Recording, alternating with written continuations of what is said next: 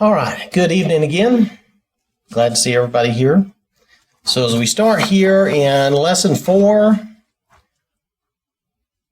I want to read 1 Samuel chapter 13, verses 1 through 15. Now there's a question here on the first verse. If you've looked at different translations, some translations say, Saul reigned 1 year, and when he had reigned 2 years over Israel, then verse 2 happens, right? But some translations, I don't know, it seemed about half and half, but nonetheless, they say verse 1 is, Saul was 30 years old when he became king, and he reigned 42 years over Israel. So the one translation seems to be establishing a length of time that he reigned, but I think I'm going to call it more of the original translation, because if you look at the King James Version, it agrees with the first translation, where it's really trying to tell us when Saul did this. And it says Saul reigned 1 year, and when he had reigned 2 years over Israel, then we get into verse 2, Saul chose for himself 3. I just think that sounds more correct. It may not be, though, so that's why I wanted to mention that. Either of those could be correct for our purposes. I don't think it changes the overall value of what we learn thereafter. But I did want to just mention that. So anyway, Saul chose for himself 3,000 men of Israel. 2,000 were with Saul in Michmash and in the mountains of Bethel, and 1,000 were with Jonathan in Gibeah of Benjamin. The rest of the people he sent away, every man to his tent. And Jonathan attacked the garrison of the Philistines that was in Geba, and the Philistines heard of it. Then Then Saul blew the trumpet throughout all the land, saying, Let the Hebrews hear. Now all Israel heard it said that Saul had attacked a garrison of the Philistines, and that Israel had also become an abomination to the Philistines. And the people were called together to Saul at Gilgal. Then the Philistines gathered together to fight with Israel, 30,000 chariots and 6,000 horsemen. There is on that 30,000 number, there was also some variation on that where it might have been like 3,000. I can't say. And anyway, so 30,000 chariots and 6,000 horsemen, and people as the sand which is on the seashore in multitude. And they came up and encamped in Michmash to the east of Beth-aven. When the men of Israel saw that they were in danger, for the people were distressed, then the people hid in caves, in thickets, in rocks, in holes, and in pits. And some of the Hebrews crossed over the Jordan to the land of Gad and Gilead. As for Saul, he was still in Gilgal, and all the people followed him trembling. Then he waited 7 days according to the time set by Samuel, but Samuel did not come to Gilgal, and the people were scattered from him. So Saul said, Bring a burnt offering and peace offerings here to me. And he offered the burnt offering.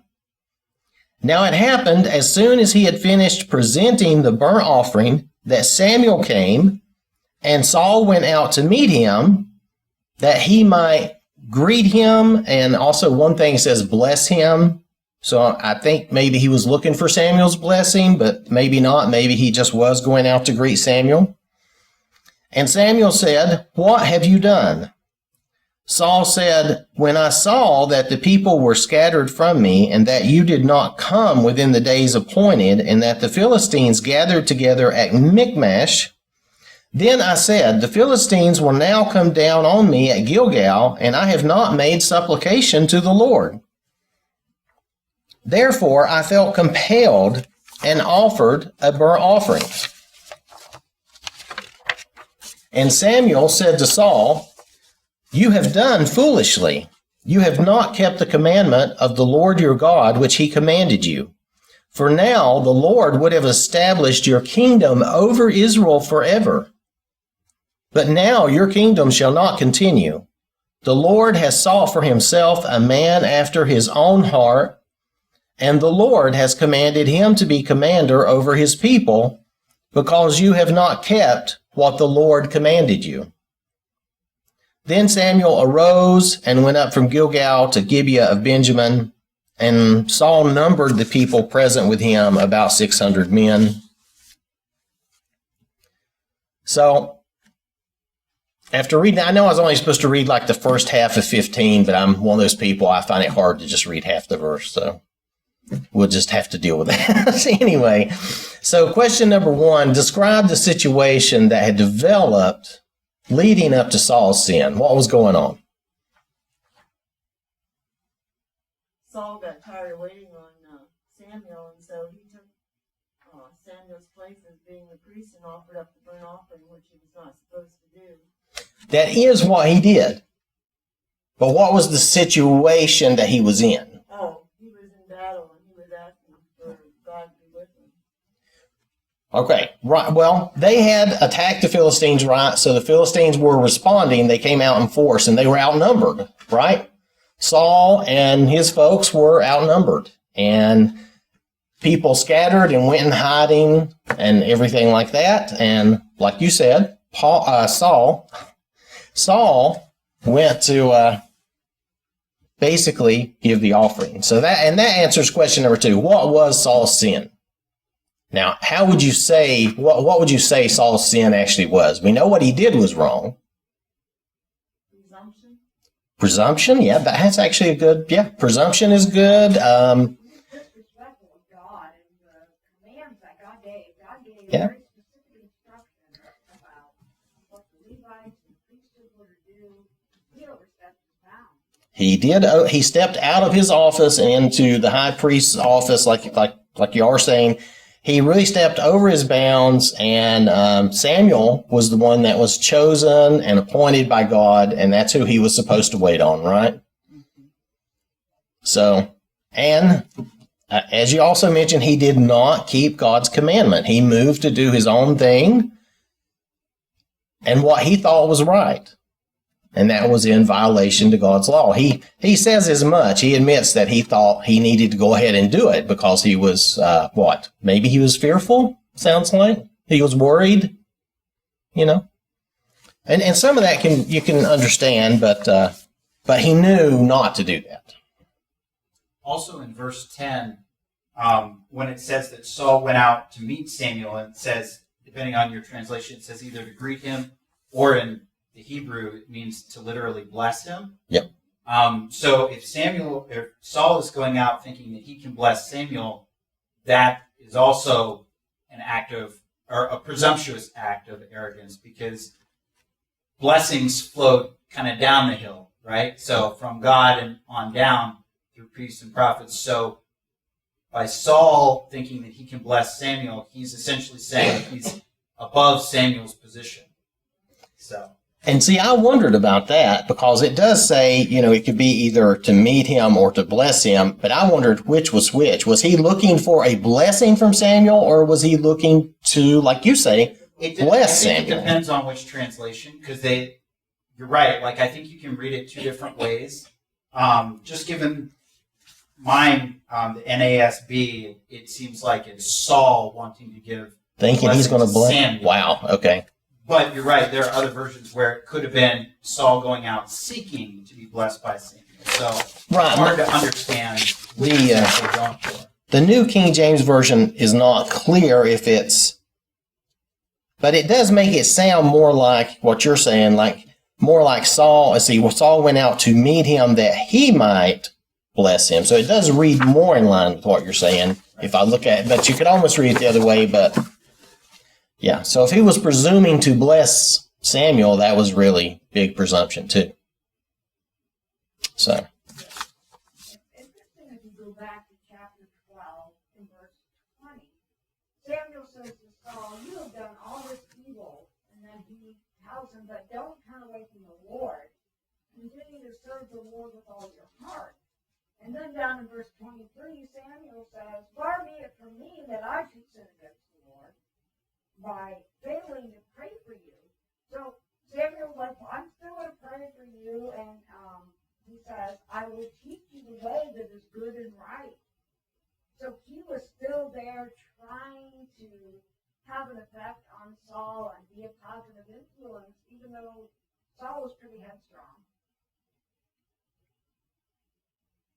Right, right. So, okay, so that's in 12 and verse 20. Now Samuel was speaking to the people though, right? And he was telling them, you have done all this wickedness, yet do not turn aside from following the Lord. But he's talking to the people according to what I have here, unless there's something wrong with this. So he's saying, yeah, do not turn away, for then you would go after empty things. For the Lord will not forsake his people for his great name's sake, because it pleased the Lord to make you his people. So he's really speaking to the people there.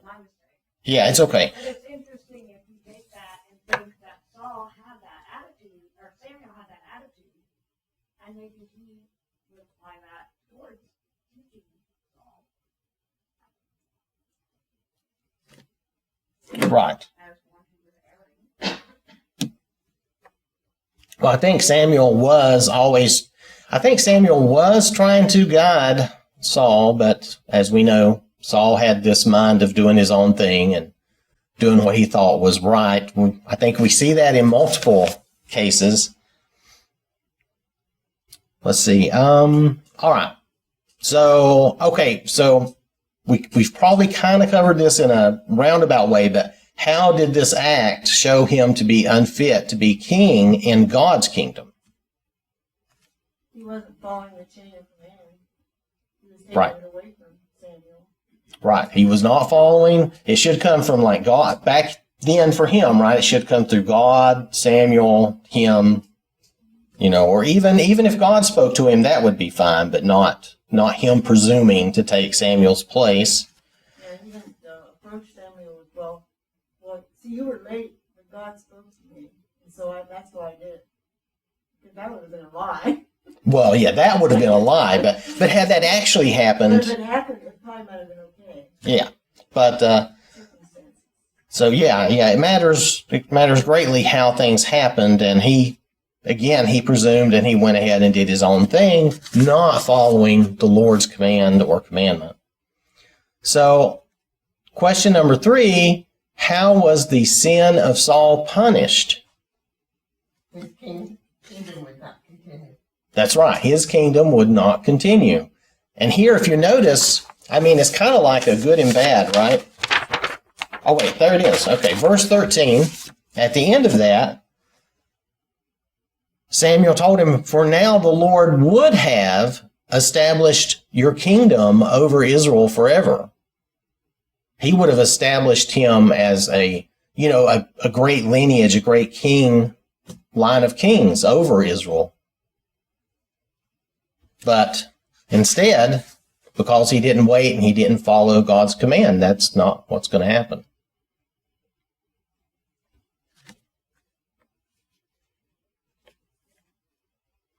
All right. So I'm going to move on. Does anybody have anything else on that before I do? Okay. Going to move on. We're going to read the next few verses here in 1 Samuel chapter 13, 15 through 22. Then Samuel arose and went up from Gilgal to Gibeah of Benjamin, and Saul numbered the people present with him, about 600 men. Saul, Jonathan his son, and the people present with them remained in Gibeah of Benjamin. But the Philistines encamped in Michmash. Then raiders came out of the camp of the Philistines in 3 companies. One company turned onto the road to Ophrah, to the land of Shual. Another company turned to the road to Beth Horon, and another company turned to the road of the border that overlooks the valley of Zeboim toward the wilderness. Now there was no blacksmith to be found throughout all the land of Israel, for the Philistines said, lest the Hebrews make swords or spears. But all the Israelites would go down to the Philistines to sharpen each man's plowshare, his mattock, his axe, and his sickle. And the charge for a sharpening was a pim for the plowshares, the mattocks, the forks, and the axes, and to set the points of the goads. So it came about on the day of battle that there was neither sword nor spear found in the hand of any of the people who were with Saul and Jonathan, but they were found with Saul and Jonathan his son. Now I'm going to continue on to read through 14 down through 46 so that we can cover these questions here.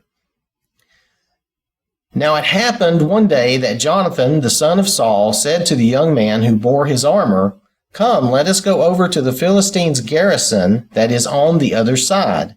But he did not tell his father. And Saul was sitting in the outskirts of Gibeah under a pomegranate tree, which is in Migron. The people who were with him were about 600 men.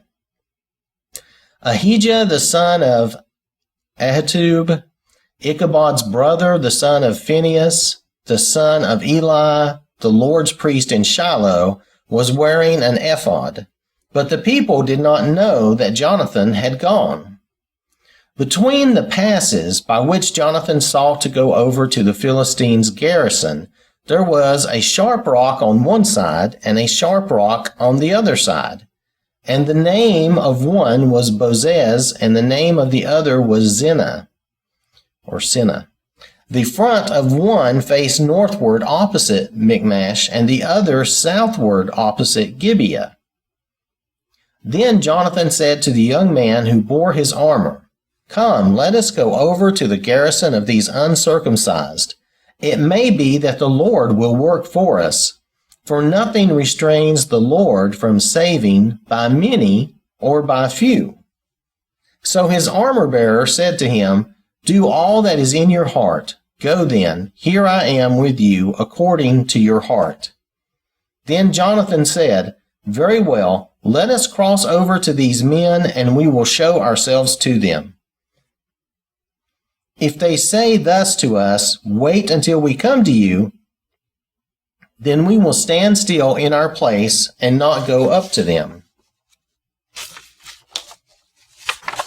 But if they say thus, 'Come up to us,' then we will go up, for the Lord has delivered them into our hand, and this will be a sign to us." So both of them showed themselves to the garrison of the Philistines, and the Philistines said, "Look, the Hebrews are coming out of the holes where they have hidden." Then the men of the garrison called to Jonathan and his armor-bearer and said, "Come up to us, and we will show you something." Another translation of that show was teach. We will teach you something. I took this to be kind of a threatening thing. Jonathan said to his armor-bearer, "Come up after me, for the Lord has delivered them into the hand of Israel." And Jonathan climbed up on his hands and knees with his armor-bearer after him, and they fell before Jonathan. And as he came after him, his armor-bearer killed them. That first slaughter which Jonathan and his armor-bearer made was about 20 men within about half an acre of land.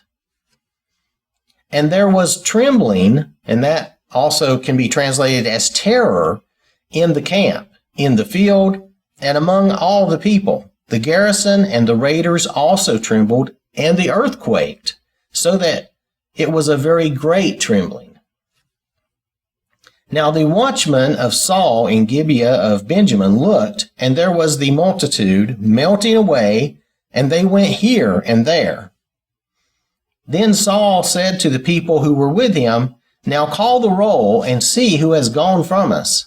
And when they had called the roll, surprisingly, Jonathan and his armor-bearer were not there. And Saul said to Ahijah, "Bring the ark of God here," for at that time the ark of God was with the children of Israel. Now it happened while Saul talked to the priest that the noise which was in the camp of the Philistines continued to increase. So Saul said to the priest, "Withdraw your hand." Then Saul and all the people who were with him assembled, and they went to the battle. And indeed every man's sword was against his neighbor, and there was very great confusion.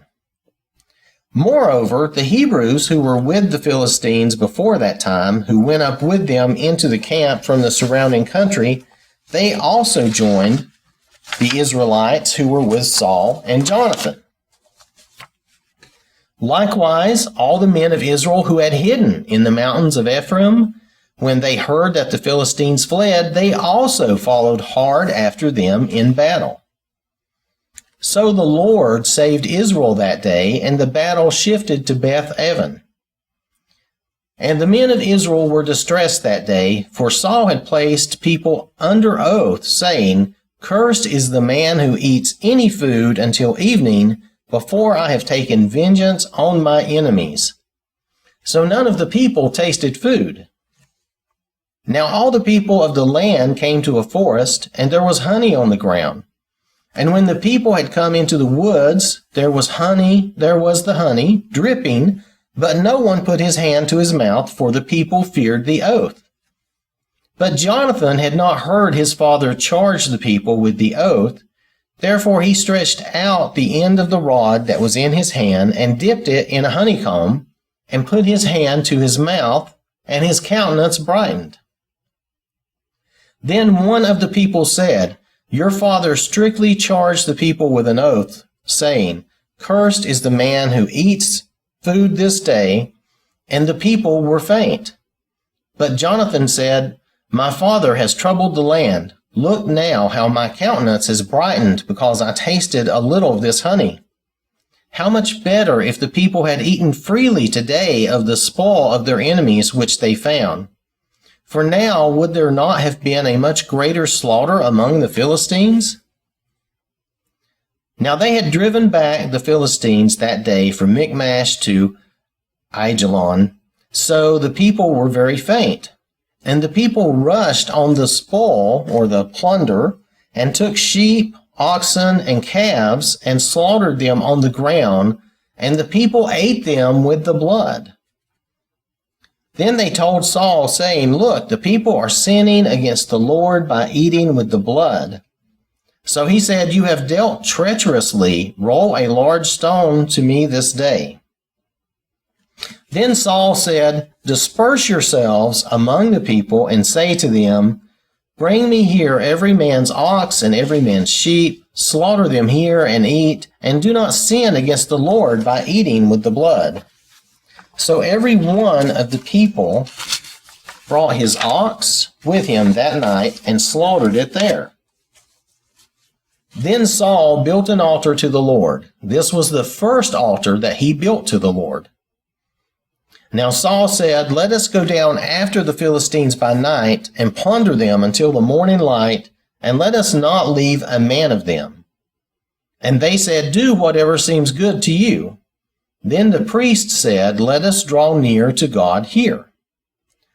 So Saul asked counsel of God, "Shall I go down after the Philistines? Will you deliver them into the hand of Israel?" But he, God, did not answer him that day. And Saul said, "Come over here, all you chiefs of the people, and know and see what this sin was today. For as the Lord lives, who saves Israel, though it be in Jonathan my son, he shall surely die."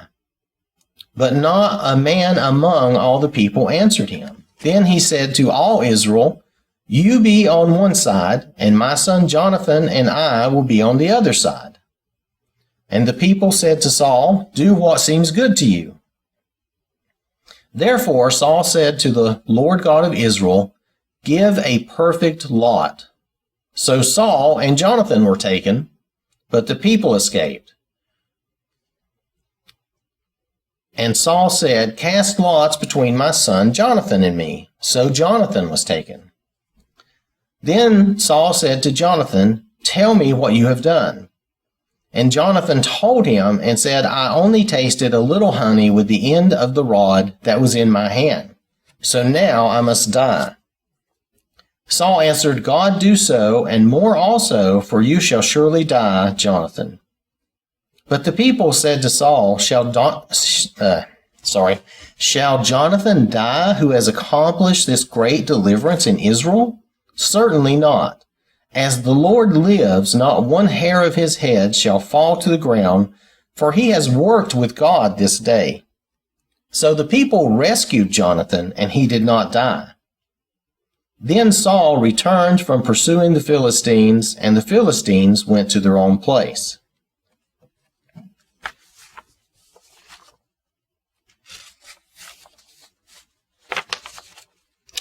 So, if we look at question 4 here, before their battle, describe the conditions here that they were in, again, with their battle here.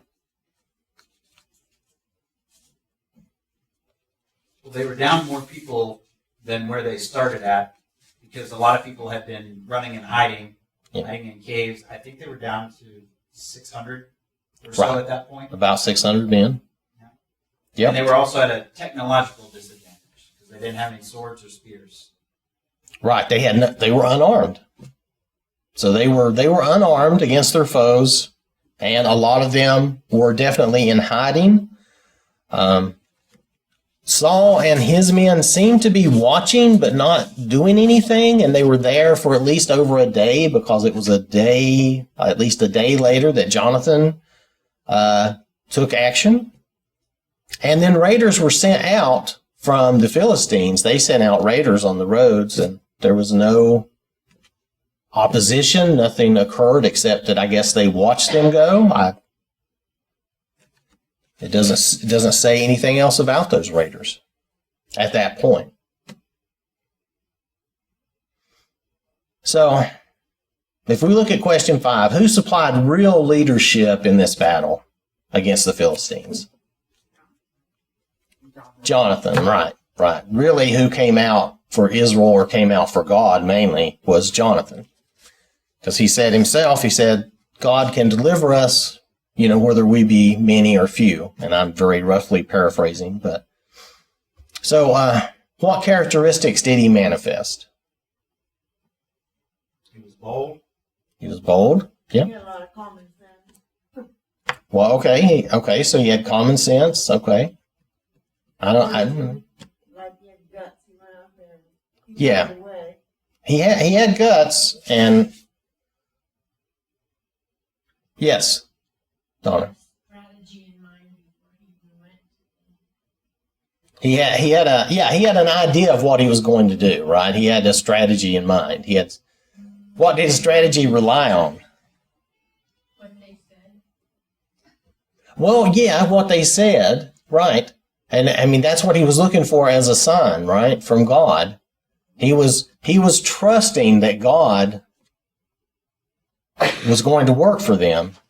And if he didn't get the sign he wanted, then he was going to, I guess they were just going to, he said they would just stand there. Since we didn't see what happened in that case, I don't know exactly what the idea there was, but. Well, he showed humility in the fact that up until that point, he had been acting on what he understood God's will would be, not like a direct express command. But then when he got there, he could have been wrong. Like, he could have just been misinterpreting the situation. And so he stopped and asked, he let God provide a sign of whether or not he should proceed, if God was going to bless it first. So before he engaged in anything that might have just been his own pride leading him, he checked in with God first. Right, so he had that sign, so he'd know if it was just him or if it was actually from God.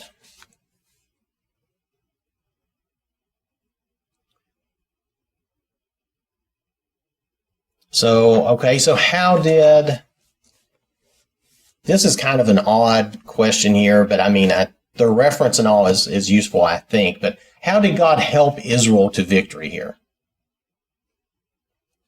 And there's actually a number of different things, but they have a reference back to chapter 7 and verse 10. But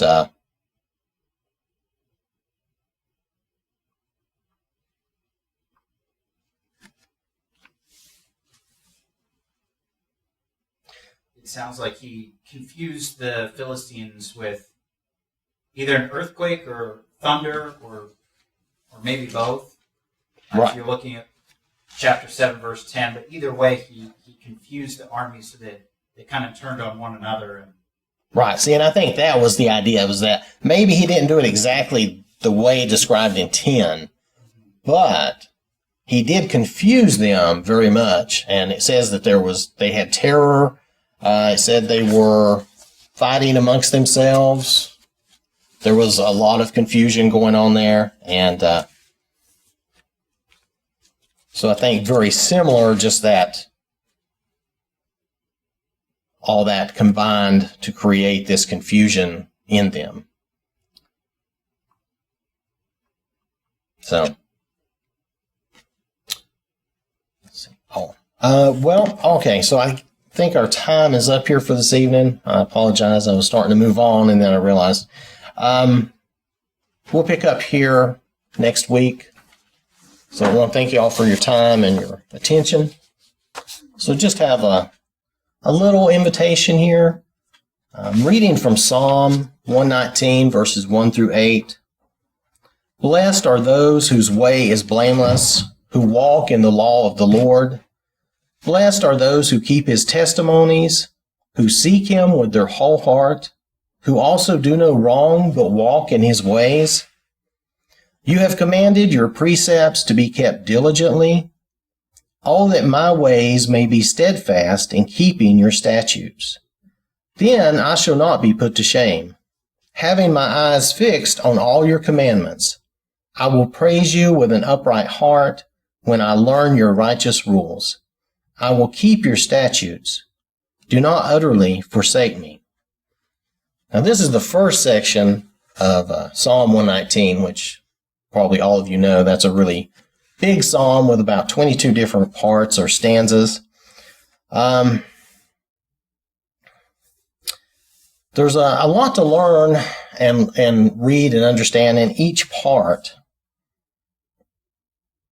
And when I read the first few verses, the author is noting that we are blessed when we walk in God's will, following his words and his commandment.